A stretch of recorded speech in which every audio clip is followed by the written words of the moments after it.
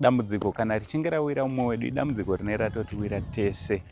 So nhasi tiri kunoku kuNorton kwatauya kuzoona muchinda anonzi Abisha Mupopere ane makore 45 ekuberekwa. Ane dambudziko raainaro, dambudziko ratoda kuti tinge tinonzoti dambudziko rei. Isusu semhuri yeZimbabwe towana nzira yatingabetsera nayo. Aiwa, ndichida kutendai nekuda kwesapoti yamunoramba muchitipa. Pana paSaint TV basa richienda mberi. Usati wasubscribe, please subscribe, follow our Facebook page, share this video kuitira kuti muchinda uyu ange ari anobatsirika nekukasika, nekuti dambudziko raainaro idambudziko raakutoda kuti ange ari anobatsirwa nekukasika. Handei tinozvinzwira. Tiripo makadini. Alright, chekutanga mhuri yeZimbabwe ingada kutanga kuziva kuti baba munonzani, makore uye kuno kwatiri ndiko. Ndaitwa Abisha Mupopere.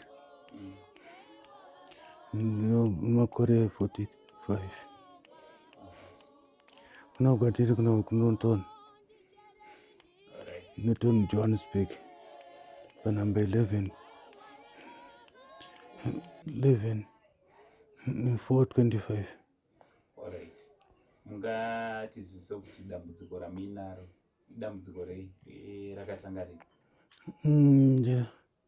Ndakabatwa chuma chiri pakati pespinal cord, chakabloka ma electrical veins, zvinoreva kuti maoko anoshanda nemusoro nematauro andinokuita, asi kubva panapa kuenda uko hapana chiri kushanda. Kubva kubva muzasi mechest kune inonzi chuma chiri pakati pechest panapa kuri kumusana, chiri kuita kuti ndisakwanisa kufunctiona kweso. Ndorarama nemapambasi, ndorarama nekatheta.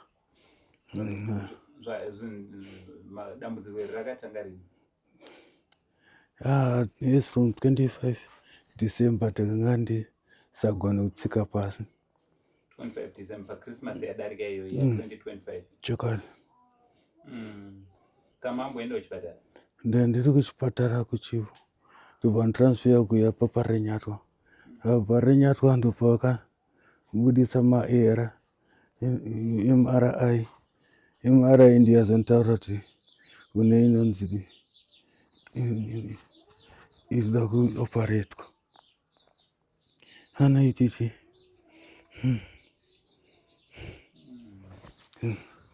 anzida kuoperetwa, saka operation ndiyo yandamira. Ndiri kutsvagira batsiro ndikwanise kuwana batsiro. Alright, so tiri kuona pane vakagara parutivi rwenyu, ndiani wenyu pamwe vambotitsanangurirawo kuti zvii zvakakura zvii? Ndina amai vangu munyakubereka, ndina mudzimai wangu.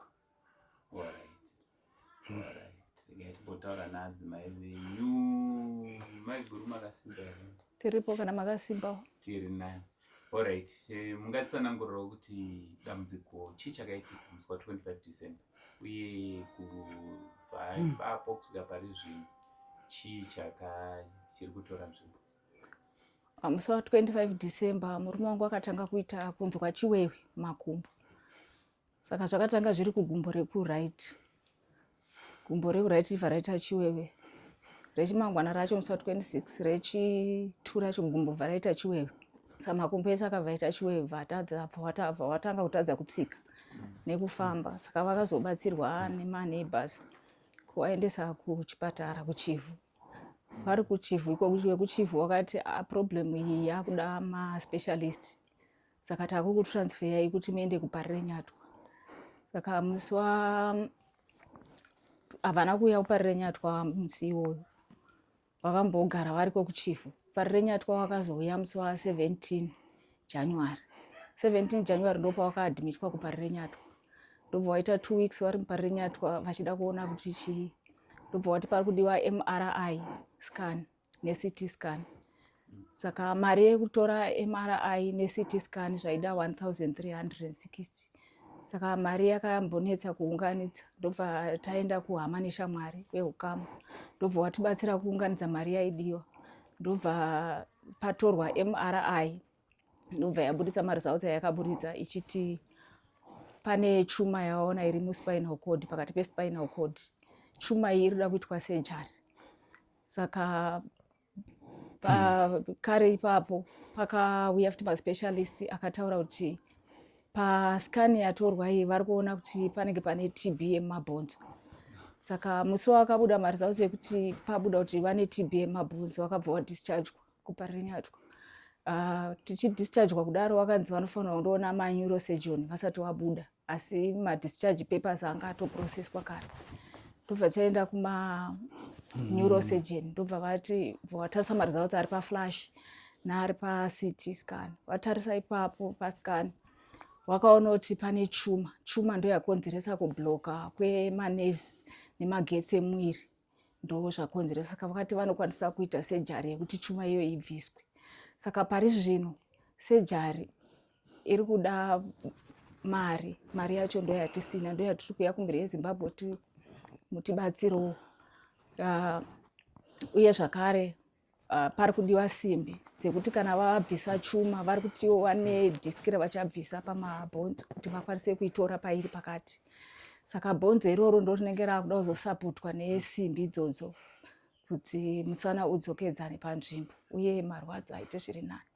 Saka simbi, quotation yatakapiwa yesimbi iri kuda 1760. Yezvakare tichitsvaga mari yesimbi iyo, madoctors maneurosurgeon akati kana mauya nesimbi maanadzo maoko ndopatichakupai quotation yekuti surgery yacho kuti wabvise chuma iri kuda mari. Saka tauyawo kuti mutibatsirewo mhuri yeZimbabwe nemari yesimbi 1760, then kuti vazokwanise kubviswa chuma. Mari yesurgery hatisati taane price nokuti quotation hatisati tapiwa kuti imari. Alright. So izvi zvakanzi zvinofana kuitwa zvarini? Date ratakapiwa raifanirwa kuitwa surgery ndere musi wa10 March. 10 wacho akatopfuura. Hatina kukwanisa kuenda kureview kana kuenda nokuti tatisina simbi dzacho dziri kudiwa. Mari yetransport kuti ndiende nemunhu, murume wangu chuma iyi yakabloka zvese, saka ndokutopfekedza mapamba, kusimudza, kugezesa, kurarama nekatheta. Kwanisi kuenda kutoilet, ararama nekatheta yeweight inenge ichidhirena weight. Saka kuti ndiende naye kuParirenyatwa ndachimboenda kumacheckup maTuesdays, ndachitohaya mota inge iri kuda $30 pazuva. Saka kuti tiende musi wechipiri tisina mari yesimbi nesimbi dzacho takakundikana nekuti mari yetransport yacho handisina $30. Zvino manga muchirarama sei? Nekuti tikada kutarisa kuti baba ndo vanenge vachichengeta mhuri kazhinji. Muri kurarama sei panguva iyi? Hatari chirarama, baba ndo wanga wari breadwinner, wanga wachishanda, wanga wachizviitira. Wanga wachiita welding necarpentry. Wachiitira kushopu, vane shopu kuChivu. Ndoko wanga wachiitira welding necarpentry. Ini ndandichigara nevana kuARSAP. Ndandichiita project yekuchengeta huku nekurima nekungoita mapart time ndiriko. Alright. Saka kureva kuti mese zvamave panapa zvinhu zvese musango. Bva musi wakatoti baba varwara vachagoni kufamba kana kudii, vari kutoda inini padhuze kuti ndivabatsire. Saka zvese zvatachiita zvese zvabva zvatomira. Alright. So kune vangada kubatsirana nemi munobatika panhamba dziri? Vanoda kundibata paWhatsApp ndinobatika pa071571692 ndo namba dzeWhatsApp net1.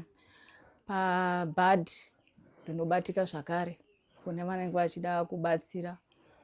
Ndine namba yeBud inoti 07831690603. Zita rinobuda ipapo ndiMemory Mupoperi.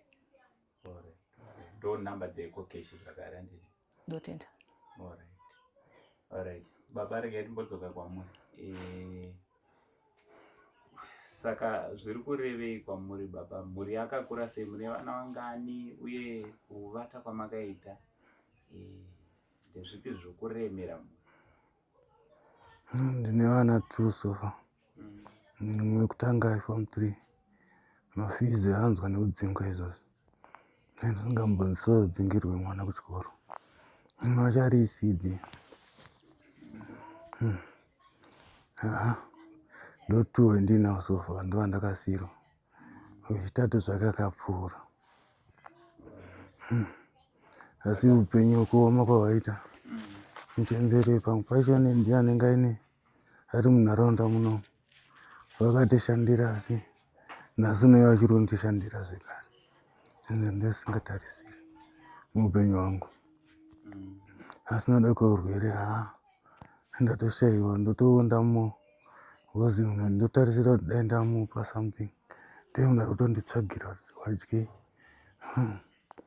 Ndo panhu panonga ndoomera hwangu mulife. Chinhu chakatondoomera handzi kuchigona. Asi mhuri yeZimbabwe ndaikumbira rubatsiro, dai ndagona kudzokera paro ndichifambiwo netsoka dzangu, dai ndagona kuzvishandisa nemaoko angu ndichiri kukura.